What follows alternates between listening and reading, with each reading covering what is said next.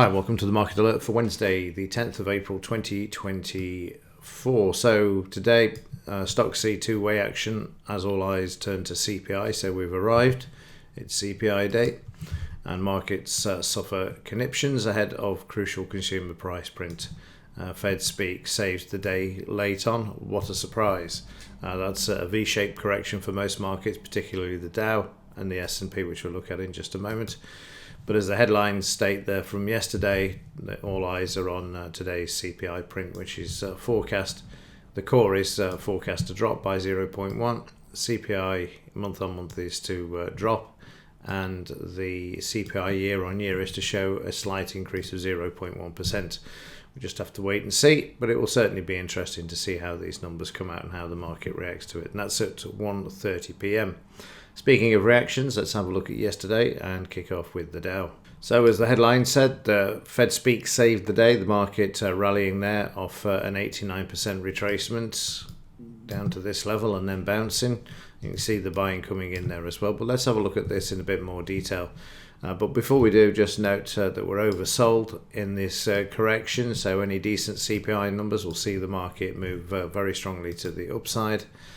In the 30-minute chart, the 200 MA gave this market some grief yesterday. The electronic session traded up to it, but as soon as the cash opened, the market was down, and down significantly as well, 100, 200, 300 points. But as it said, the Fed speak, the usual propaganda brought the market back to sit on the close overnight there, where prices still currently struggling. We're closing above that 200 MA in the 30-minute chart there, so interesting picture there. As long as it stays above the averages and the DP, then it should be fine until lunchtime. And then of course, if those numbers come out better than forecast, i.e. lower, then the market will continue to move higher.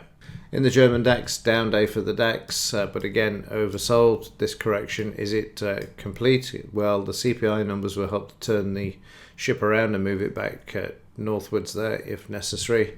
As you can see that yesterday we did have another new low, so let me just remove these fibs here and draw in some new fibs to the upside. So these are the upside targets should those CPI numbers from the US come out better than forecast. They're the targets the market's likely to gun for. 30-minute chart, we moved lower in the morning, and then of course with the Dow sinking in the afternoon, the German DAX moved lower as well. Trading up to the DP overnight and the 50 EMA, the market's struggling there a bit, but as long as it stays above the close of yesterday, then the market should be okay. That when I say okay, I mean okay until the CPI numbers come out at lunchtime. In the S&P 500, similar picture, market bouncing back yesterday and trying to move to the upside. Speaking of upside numbers, these would be the targets. The market's already taken out the 38, the 50, the 62. It's got the 78 and the 89 to contend with on the upside there. Also, 30-minute chart, very similar to the Dow, except the 200 MA was below in the 30-minute, but managed to take that out with no problem whatsoever. But it soon came back, and as you can see overnight, we're sitting on the close there, with the averages starting to spread out and move back to the bullish side there. Again, depends on the numbers. And speaking of bullish, well, don't know why this is happening, but the FT100 is already engaged in moving to the upside. Maybe we're off to that all-time high of 8,045, but at the moment we've got 8,016 that needs to be taken out, plus the two fib retracements there and the psychological level of 8,000. But intrigued to see why this is moving up this morning in the overnight market. There's nothing I've seen on the news to suggest anything, but you just never know. But yesterday the market was up and held quite well until, of course, the Dow fell out of bed, and then, of course, they found support at the 200 MA. And then, like I say, into the evening and overnight, the market's moving to the upside, and actually through yesterday's high there as well. So in the US dollar, very quiet, waiting for the numbers. They will be out at 1:30, and it'll be interesting to see the dollar's reaction to this as well.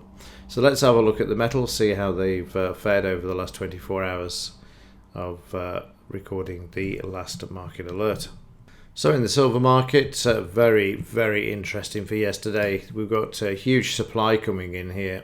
So what I mean by this is that the market was moving higher and they had to absorb all of the sell orders that were coming in. Now this is an unusual situation for the silver market, because normally when you get these sorts of volumes, the market is forced to the downside. So it looks like those shorting at the moment, those contracts are actually being bought up and absorbed into the market.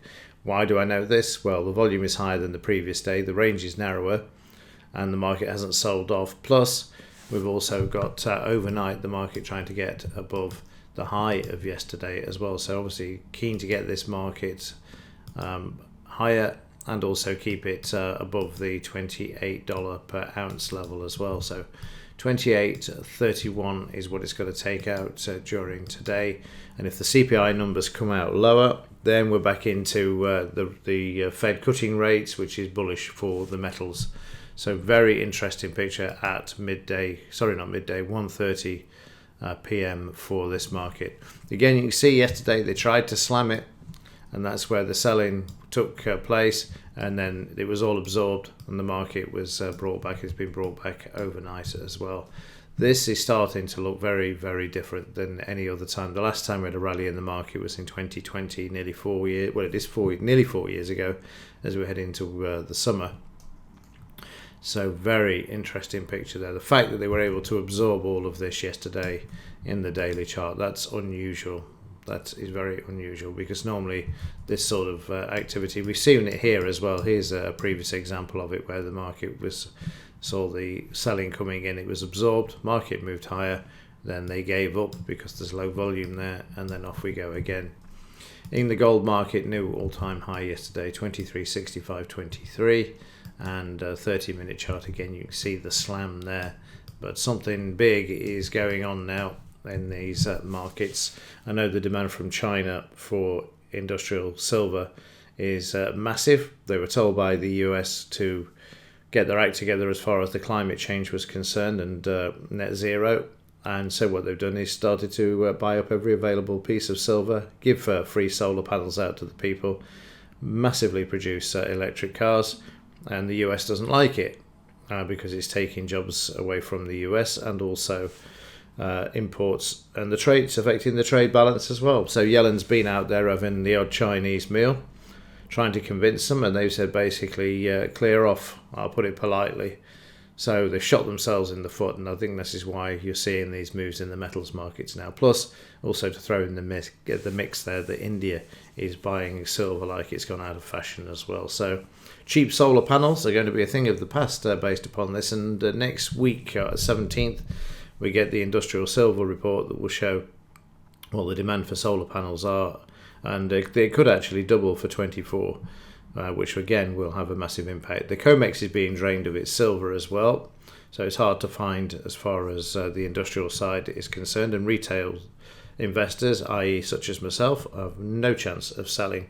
So eventually it should put a massive pressure for the shortages and therefore massive demand for the price. And that's probably why, again, just to go back to this, because this is unusual and unprecedented in the silver market. Normally it would have been hammered by now by the banks right back down to where it started. I've seen $2 in one day to the short side where there's been no letter, but at the moment trying to short this is very, very difficult. This is unusual, but it's great, absolutely wonderful. So long may it continue.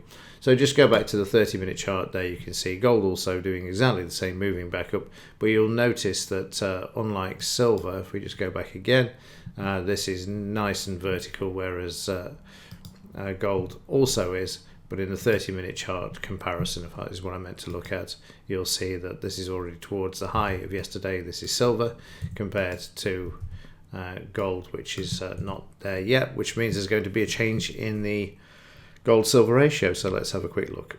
So in the gold-silver ratio, we've managed to break that support, which is unusual. Not the best of lines to draw there, but we're just peaking below it. Actually, we've got a tool for the job, haven't we? So why not use it? So there we go. Just breaking through, I think, or just sitting at it by the looks of things. Yeah, we're just sitting at it. It needs to break through, but certainly encouraging there that the gold silver ratio is moving to the downside. So let's just have a look at a weekly chart of this just to see where we are in the bigger picture. Yeah, we've got a long way to go on this, haven't we? Because at the beginning of 23 last year, we were down at 75. So we've got a few more supports there that could be taken out. Right, let's move along, have a quick look at yesterday's trading session, which was very quiet, and a quick look at the overnight markets before I conclude this morning's alert. So yesterday the market very quiet. Of course, first thing, the market sold off in the cash market. Maybe a few nervous traders there wanting to get out. Market began to trade sideways, had another bit of a shakeout, and then came back with a potential buy signal. But the volatility had disappeared. The sell signal, the stop was hit before the entry, and then prices again trading sideways to lower, which we saw in the daily chart, down to the S1, very choppy, brought back, and then again stuck in a range till we got through the low, and then they brought the market back through the low. They don't like the market going below the previous day's low. It's always a great area to buy. We then got to resistance at the 200 MA, which was taken out, and then we headed into the hour before the Dow cash opened, and the market had already fallen out of bed back down to the low, or in that area, before we then revisited it when the Dow fell out of bed 300 points. Again, before prices found some support, but that took a moment or two to actually come in, which you can see there, and it was after the afternoon session had concluded that this actually happened. So yeah, there were some decent moves yesterday in the German DAX, but for some reason not enough volatility, just a slow decline with lots of sideways moves, which we saw particularly in the morning session there when we just got stuck in this range here. You can see there, that's yesterday morning. You can expect more of this today, or probably sideways to higher, to be honest with you, given the fact that the FT is up overnight already. It seems like they're going to price in a bit of a move to the upside when we kick off.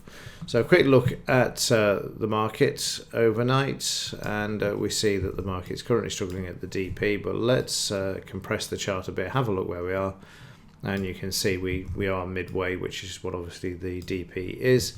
Above the 200 MA, we've got a move to the upside of 150 and down to the low. We've also got 100 points there as well.